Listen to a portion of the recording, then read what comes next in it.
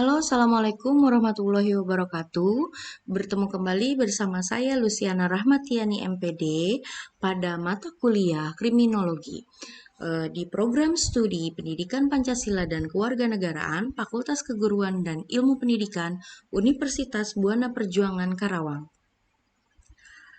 Dalam pertemuan kali ini kita akan membahas mengenai kriminologi yang tersirat di dalam pemikiran kita semua mengenai kriminologi itu sudah pasti mengenai kejahatan. Oke, kriminologi dalam berbagai studi literatur mengungkapkan bahwasannya Paul Tobinar adalah menjadi tokoh yang pertama kali mengungkapkan kriminologi, di mana Paul Tobinar ini mengungkapkan kriminologi dari dua kata.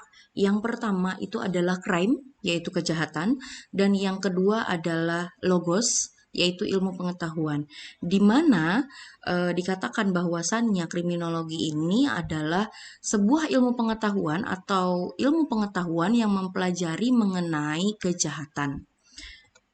Adapun tokoh selanjutnya yaitu Edwin Sutherland dan Donald L. Creasy mengatakan the body of knowledge regarding delinquents and crime as a social phenomenon in including within its scope the process of making law, the breaking of law, and reacting toward the breaking of law. Di mana dikatakan bahwasannya kriminologi ini adalah suatu proses pembentukan hukum, pelanggaran hukum, dan juga reaksi terhadap para pelanggar hukum itu sendiri. Pionir-pionir daripada kriminologi pada abad ke-18 itu disusul oleh Beccaria, Jeremy Bentham, Lombroso, Durkheim, Mark Ansel, dan seterusnya. Beberapa definisi mengenai kriminologi dari berbagai para ahli. Menurut Stephen Howard mengatakan bahwasannya kriminologi adalah sebagai bagian daripada criminal science, ilmu pengetahuan mengenai kejahatan, yang dengan penelitian empiriknya itu berusaha untuk mengungkapkan sebuah gambaran mengenai faktor kriminalitas atau etiology of crime. Selanjutnya adalah Wilhelm Schur yang mengatakan bahwasannya kriminologi merupakan ilmu pengetahuan tentang kejahatan yang dilakukan oleh seorang individu dan bangsa-bangsa yang memiliki budaya, di mana objek penelitian kriminologinya adalah sebuah perbuatan manusia itu sendiri. J.M. van Bemmelen yaitu suatu ilmu yang mencari sebab akibat dari tindakan-tindakan yang merupakan sebuah asusila. Wolfgang and Johnson mengatakan bahwasannya the social of crime and delinquents memberikan definisi bahwasannya kriminologi sebagai ilmu pengetahuan tentang kejahatan itu memiliki tujuan untuk memperoleh pengetahuan dan juga pengertian mengenai gejala-gejala kejahatan dengan menganalisa secara ilmiah dari keterangan, keseragaman, pola, dan juga faktor kausial hubungan sebab akibat yang berhubungan langsung dengan sebuah kejahatan, pelaku kejahatan, serta reaksi masyarakat terhadap keduanya itu tersebut. Oke, pada pembahasan selanjutnya mengenai cabang daripada kriminologi menurut Edwin Sutherland and Creasy yang mengungkapkan bahwasannya kriminologi itu memiliki 3 fokus cabang. Yang pertama itu adalah sosiologi hukum, di mana sosiologi hukum itu berbicara mengenai kejahatan itu sendiri. Kejahatan itu dilarang, kejahatan itu diancam dengan sebuah sanksi hukuman. Jadi di sini sosiologi hukum itu mengungkapkan mengenai suatu pelarangan, suatu ancaman mengenai suatu tindakan kejahatan yang dimana dapat menentukan hukuman pada suatu perbuatan untuk sebuah kejahatan yang dilakukan oleh manusia. Yang selanjutnya, cabang selanjutnya adalah etiologi hukum, di mana etiologi hukum ini betul-betul berbicara mengenai sebab, musabab, atau hubungan kausalitas mengenai kejahatan, kenapa bisa seseorang berbuat jahat, kenapa ada yang dijahati, dan lain sebagainya. Fenomenologi yaitu berbicara mengenai hukuman. Jadi di dalam kriminologi tidak hanya berbicara bagaimana proses hukum itu dibuat untuk seorang yang melakukan kejahatan, tidak juga berbicara hanya mengenai kenapa seseorang bisa melakukan kejahatan, tetapi lebih ke juga berbicara mengenai hukuman. Hukuman apa yang pantas diterima oleh seseorang yang telah melakukan kejahatan A, kejahatan B, dan kejahatan C. Itu ada lagi bagiannya yang disebut atau yang dikenal dengan fenomenologi. Selanjutnya kita akan membahas mengenai kriminologi, pengertian daripada kriminologi dalam arti luas. Menurut Sutherland itu sendiri yang mengungkapkan bahwasannya kriminologi itu adalah sebuah ilmu pengetahuan yang mempelajari, menyelidiki sebab kejahatan itu bisa terjadi dan gejala-gejala atau faktor-faktor awal kejahatan itu dalam arti yang luas. Apa yang disebut dengan arti yang luas menurut Sutherland itu yaitu penyakit sosial. Penyakit sosial yang seperti apa? Penyakit sosial yang ada di masyarakat yang menyebabkan sebab-sebab kejahatan, yang menyebabkan adanya gejala-gejala timbulnya kejahatan itu sendiri. Penyakit sosial seperti ya gelandangan, pelacur, tindakan-tindakan asusila yang dilakukan oleh remaja yang memang remaja itu bisa dikatakan sebagai ya anak pang atau lain sebagainya, itu adalah penyakit-penyakit sosial menurut pandangan daripada Sunderland. Selanjutnya menurut Herman Manheim mengatakan bahwasannya kriminologi dalam arti luas itu menjadi fokus utama pembahasan dalam mempelajari penologi. Yang kita ketahui bersama bahwasannya kita sudah tahu tadi cabang daripada penologi adalah cabang mengenai hukuman. Jadi menurut Herman Manheim ini kriminologi menjadi fokus utamanya adalah bagaimana melakukan penghukuman terhadap seseorang yang telah melakukan tindak kejahatan. Nah, selanjutnya, kriminologi dalam arti sempit menurut Herman yaitu mempelajari tentang kejahatan itu sendiri. Jadi Herman itu fokus pada mempelajari kejahatan, berarti dia sedang berbicara mengenai kejahatan dalam arti sempit atau kriminologi dalam arti sempit. Ketika kejahatan itu sudah berbicara mengenai hukuman daripada kejahatan, menurut Herman itu adalah kriminologi dalam arti luas. Jadi tidak hanya menurut Edwin Sutherland saja, tetapi ada berbagai studi literatur yang juga mengatakan mengenai bidang-bidang ilmu fokus pada kriminologi, yaitu sosiologi hukum, berbicara mengenai hukuman itu dapat diancam dan lain sebagainya. Ada juga cabang yang kedua dalam kriminologi itu adalah etiologi kriminal. Yang selanjutnya fenomenologi dan juga viktimologi, di mana kesemua cabang ini mempunyai pembahasan masing-masing, fokus pembahasan masing-masing itu mereka mempunyai fokus masing-masing. Di mana sosiologi hukum tadi kita juga berbicara mengenai sosiologi hukum, membahas mengenai kejahatan. Apa itu kejahatan, dan kejahatan itu bisa diancam, kejahatan itu dilarang dalam sosio masyarakat dan lain sebagainya. Ketika kita berbicara pada cabang berikutnya yaitu etiologi kriminal, yaitu etiologi kriminal itu membahas fokus pada seorang penjahat. Kenapa seorang penjahat ini bisa dikatakan penjahat? Apa sebab akibat seseorang ini bisa dikatakan penjahat? Ada sebabnya kah atau tidakkah, dan lain sebagainya.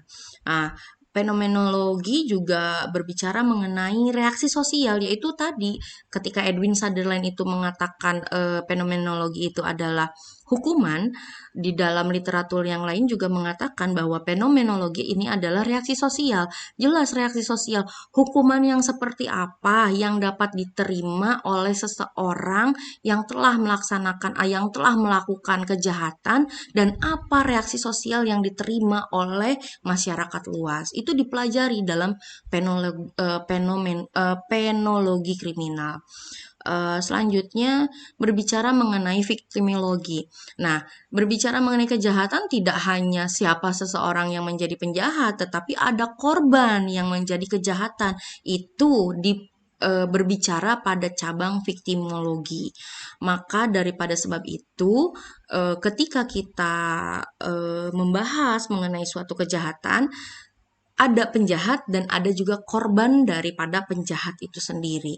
Mana yang disebut dengan penjahat? Fokus dalam kajian etiologi, sebabnya dan lain sebagainya.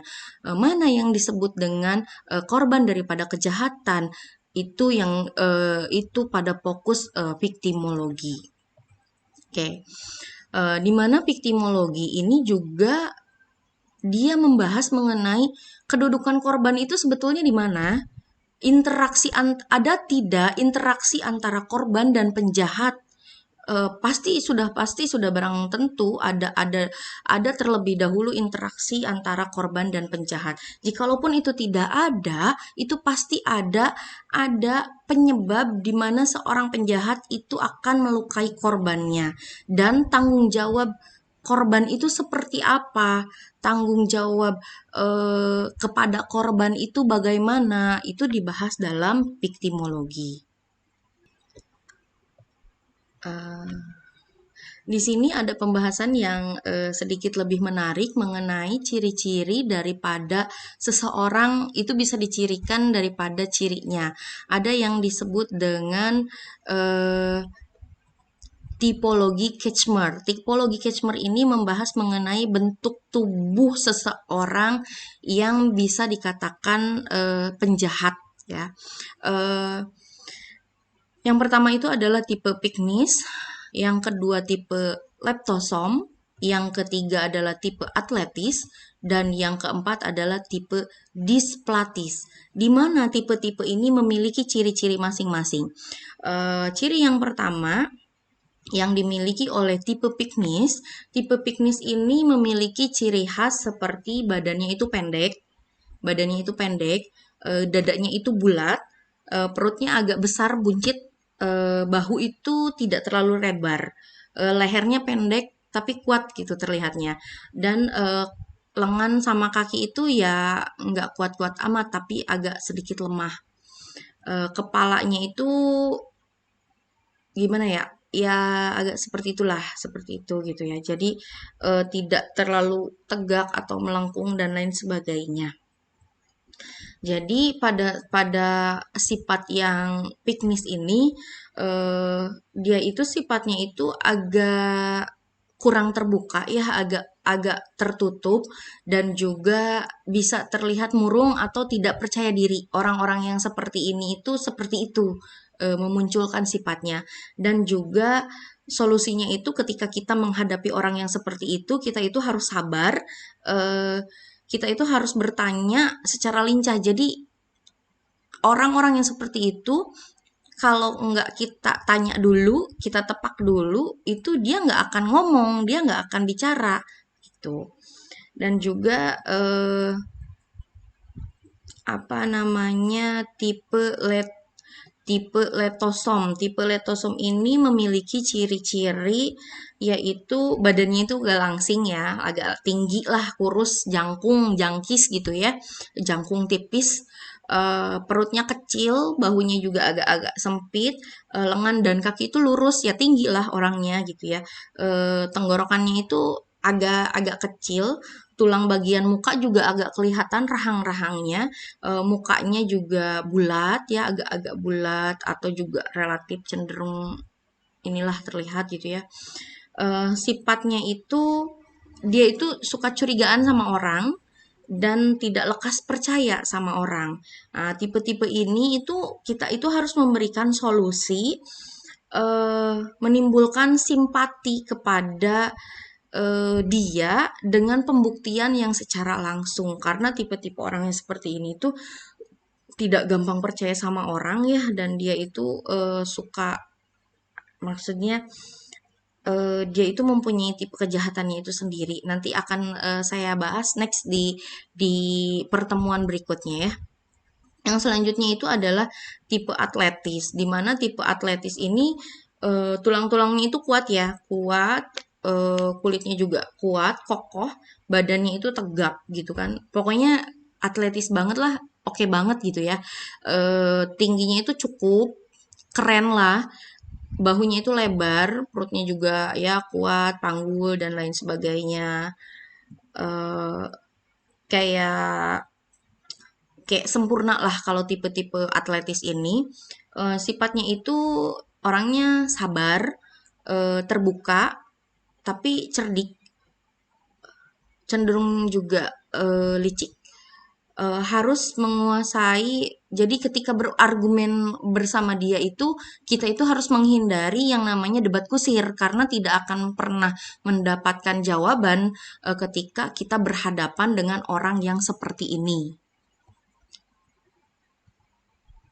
Nah, kembali kepada pembahasan mengenai tipe piknis ini, jadi kalau tipe piknis ini memiliki karakter yang agak pemarah ya, yang tubuhnya tadi pendek itu, yang agak pemarah, suka bicara lantang, eh, dia punya rasa tenang, juga punya rasa humor, eh, agak pendiam tapi sebenarnya baik hatinya. Dia itu orangnya praktis gitu, nggak ribet. Nah, jadi perlakuan apa yang cocok untuk tipe-tipe piknis menurut tipologi Catchmer ini, yaitu usahakan kita itu harus berbincang-bincang pada dia gitu kan, harus memulai percakapan pada dia, dan juga buat percakapan yang menarik, ada juga rasa humor. Nah, selanjutnya jangan sampai juga berdebat kusir sama orang-orang yang seperti ini.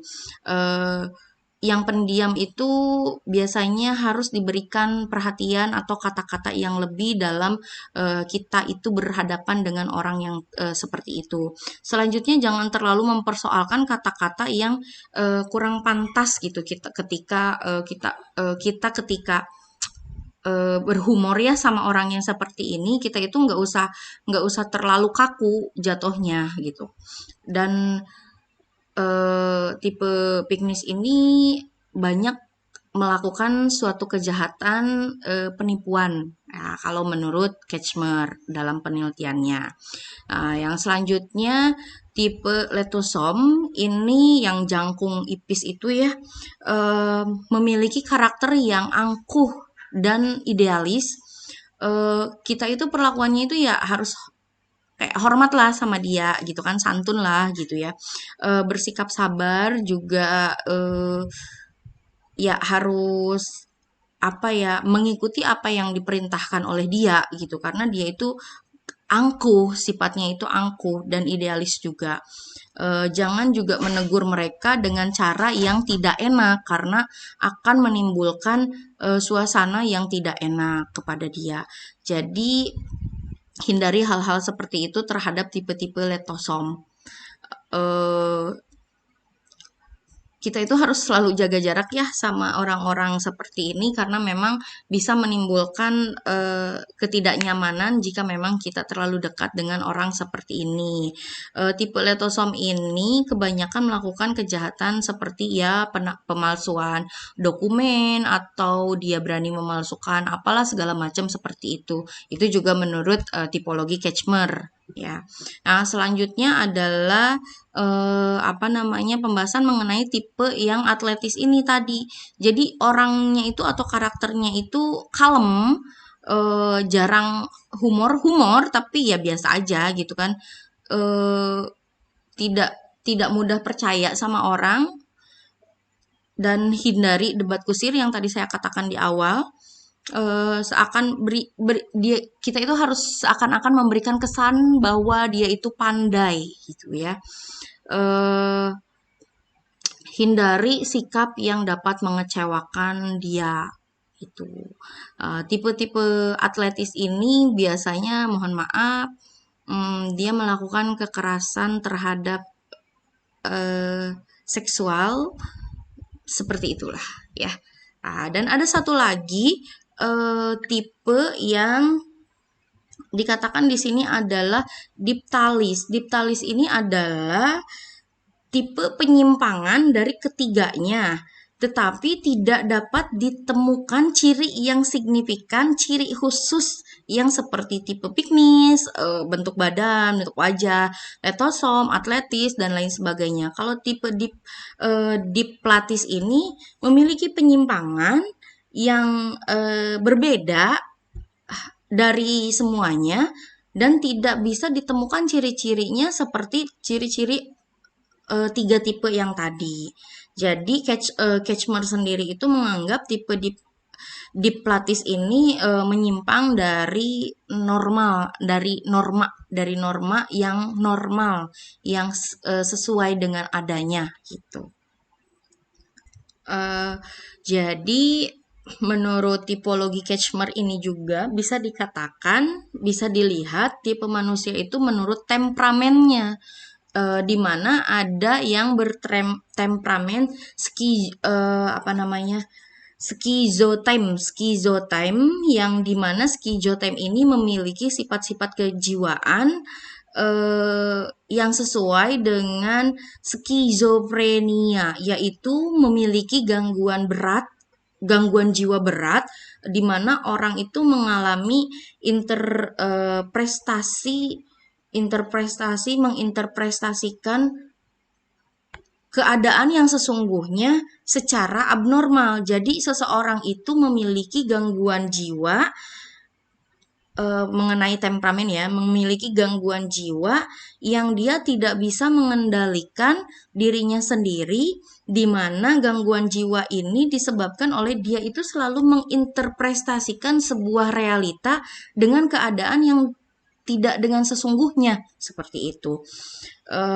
Jadi bahkan ada juga yang cenderung seperti ke arah yang autis gitu ya, menutup dirinya sendiri, hidup dengan dirinya sendiri. Itu hindari orang-orang yang seperti itu karena itu dapat menimbulkan kejahatan atau kejahatan yang baru muncul dari orang yang ada di sekitar kita itu. Kita harus hati-hati melihat dengan sikap seseorang dari tipe-tipe yang temperamen juga yang bisa dilihat dari tipe temperamen. Selanjutnya ada tipe cyclotime, yaitu sifat-sifat jiwanya seperti manis depresif,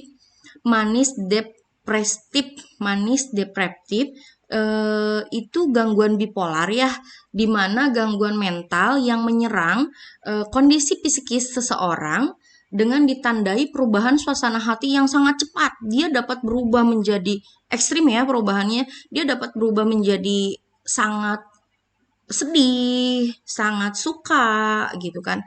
Jadi istilah dulunya itu adalah manis disruptif yang sekarang itu banyak dikenal dengan gangguan bipolar ya. Dia seperti punya dua kepribadian yang berlawanan. Dia bisa merasakan sedih tiba-tiba, dia bisa merasakan bahagia tiba-tiba.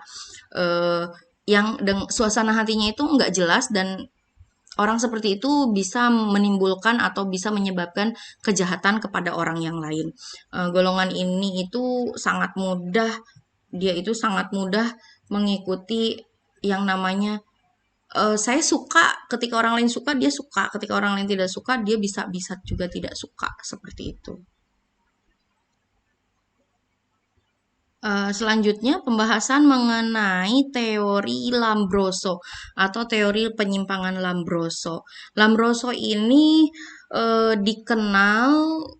Kaisar Lombroso ini dikenal sebagai seorang dokter forensik kebangsaan di Italia yang beliau ini mencoba mengaitkan sebuah pola perilaku kejahatan dengan ciri-ciri fisik, di mana ciri-ciri fisik yang dia dapatkan itu dia teliti dari apa namanya, dari berbagai orang yang masuk penjara pada abad pertengahan, di mana pada abad pertengahan di Eropa, di mana ketika itu tengah subur tumbuh perbudakan yang isi daripada penjara itu semuanya berkulit hitam gitu ya. Di mana Kaisar Lombroso ini eh, mengungkapkan sebuah kejahatan itu dari ciri-ciri fisiknya. Dia mengatakan seseorang penjahat itu mempunyai ciri-ciri wajah yang asimetris, seperti bibir yang tebal, rambutnya yang keriting, hidungnya yang pesek, dagunya yang lancip, tulang pipi yang keras, dan lain sebagainya. Kenapa bisa dikatakan seperti itu? Ya karena memang ketika dia melakukan penelitian di tengah suburnya perbudakan kulit hitam oleh kulit putih pada abad pertengahan di Eropa dulu ya. Di mana dalam bukunya Lombroso itu, dalam bukunya yang bernama buku El Homo de Clente karya Kaisar Lombroso yang mengatakan mengenai teori seperti itu. Jadi Lombroso ini mengatakan bahwasannya kejahatan itu bersifat genetik, dibawa bawaan daripada sejak lahir. Lombroso ini mengatakan bahwasannya ketika seseorang itu dikatakan penjahat karena seseorang ini memiliki turunan penjahat seperti itu. Tetapi teori Lombroso ini pun memang diruntuhkan oleh teori-teori baru lainnya, juga dilemahkan, juga digantikan oleh teori-teori lainnya yang mengatakan bahwasannya ketika seseorang lahir ke dunia ini putih, bersih, suci, tanpa noda, bertentangan sekali dengan teori Lombroso yang mengatakan bahwasannya seorang manusia itu ketika dilahirkan oleh seorang penjahat, maka anaknya akan dikatakan lagi sebagai seorang penjahat, seperti itu. Oke, ciri-ciri fisik daripada Lombroso ini memang sedikit banyak memang ada betulnya, tapi memang tidak bisa dikatakan betul semuanya. Tapi memang teori ini masih sampai sekarang itu menjadi daripada dasar apa namanya, menjadi daripada dasar ketika kita menentukan seseorang itu penjahat. Tetapi memang ada beberapa pembaharuan-pembaharuan mengenai teori daripada Lombroso ini. Seperti pada kasus kopi sianida, seorang psikolog mengatakan atau mengangkat daripada teori Lombroso yang memang diperbaharui secara signifikan, tapi dia mengangkat dasar daripada teori kejahatannya itu adalah daripada teori Lombroso. Oke. Selanjutnya, siapa itu penjahat? Apa itu kejahatan? Nah, di dalam kriminologi itu dipertanyakan siapa itu penjahat dan apa itu kejahatan, apa yang disebut dengan kejahatan, apa yang disebut dengan siapa yang disebut dengan penjahat. Penjahat dan kejahatan itu dilakukan ketika seseorang melanggar hukum, maka seseorang itu akan dikenakan sanksi, itu akan dikenakan hukuman. Hukuman itu yang biasanya adalah orang-orang yang melakukan tindakan asusila atau tindakan ya abnormal, dan juga tindakan-tindakan yang melanggar hukum lainnya.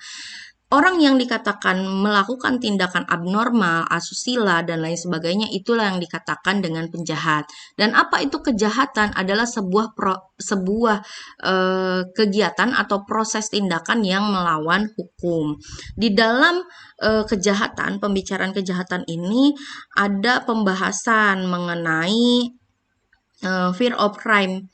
Fear of crime ini ada korban dan ada kejahatan. Jadi di dalam fear of crime ini jelas akan menimbulkan seorang korban dan juga akan adanya seorang penjahat gitu ya, atau adanya tindak kejahatan yang dimana menimbulkan persepsi terhadap masyarakat. Nah, persepsi terhadap masyarakat ini yang sangat lumayan mengkhawatirkan dalam ilmu kejahatan atau dalam ilmu kriminologi ya. ilmu pengetahuan mengenai kejahatan itu persepsi masyarakat itu sangat mengkhawatirkan. Kenapa? Karena akan muncul trauma. Trauma itu banyak sekali. Ada krisis percaya diri ketika krisis percaya diri di dalam diri kita sudah tidak timbul atau hilang, maka maka sudah barang tentu kita akan melakukan sesuatu pun akan ragu karena kita tidak memiliki rasa percaya diri yang kuat. Selanjutnya fisik yang disakiti, fisik yang dilukai, fisik yang menjadi korban atau juga trauma secara finansial, dirugikan secara finansial atau juga sosial dari rasa keamanan, kenyamanan kita bersosialisasi itu bisa menimbulkan trauma yang berkepanjangan ketika kita dihadapkan atau kita sudah pernah dihadapkan pada suatu kejadian kejahatan gitu atau merasakan kejahatan gitu ya. Dan yang paling penting itu adalah psikologis karena untuk menumbuhkan kepercayaan kembali dari seseorang yang menjadi korban daripada kejahatan itu sangat sulit. Gitu. Nah, di sini ada analisis resiko. Jadi ada yang disebut pelaku, pasti ada yang disebut korban. Ketika disebut dengan korban, itu akan berkaitan dengan gaya hidup. Jadi, pelaku kejahatan, analisis resikonya adalah pelaku kejahatan ini tidak akan semata-mata melakukan kejahatan kalau dia tidak melihat korbannya. Maka daripada tadi ada satu cabang yang mengatakan ada interaksi dulu terhadap korban dan si penjahat itu sendiri. Jadi ada pelaku, ada korban. Dilihat dari analisis resiko, yaitu korban itu akan berkaitan selalu dengan gaya hidup. Nah, akan menimbulkan reaksi sosial, yaitu reaksi sosial pelaku kejahatan. Jadi ketika ada gaya hidup yang berlebihan dan lain sebagainya, akan menimbulkan pelaku kejahatan. Yang kedua, kita bisa melakukan tindakan yang represif dan juga dapat melakukan tindakan yang preventif, di mana tindakan preventif ini kita itu melakukan pengendalian terhadap diri kita sendiri untuk mencegah atau mengurangi timbulnya reaksi atau analisis resiko untuk kita itu dijahati gitu ya. Bisa seperti dengan cara yang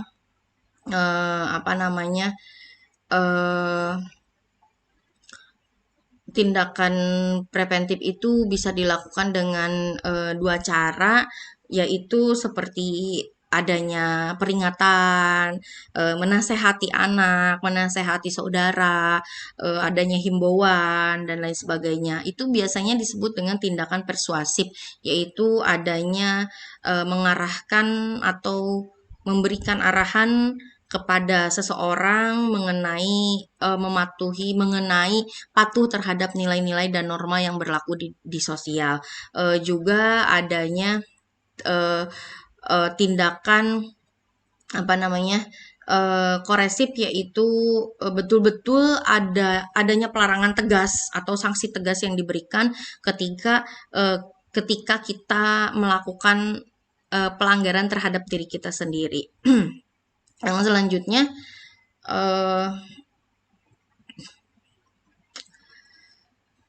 tindakan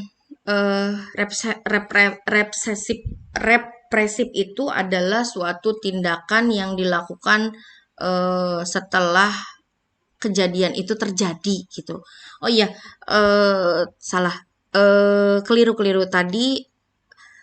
Reaksi sosial atau bersifat preventif itu kita bisa cegah sebelum itu terjadi ya. Dan tindakan represif itu adalah tindakan yang telah terjadi seperti itu ya. Oke. Di mana tindakan represif ini menimbulkan dua cara karena telah terjadi. Jadi bisa dengan dilakukan dua cara, yaitu persuasif tadi yang saya katakan dan juga koresif dengan cara himbauan, peringatan dan juga sanksi yang tegas ya, seperti itu. Mungkin itu pada pertemuan pertama kali ini mengenai pembahasan kriminologi.